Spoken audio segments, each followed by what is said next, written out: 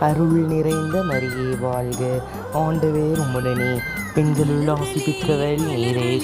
உம்முடைய திருவயிற்றின் கனியாகி இயேசுவும் ஆசி பெற்றவளே.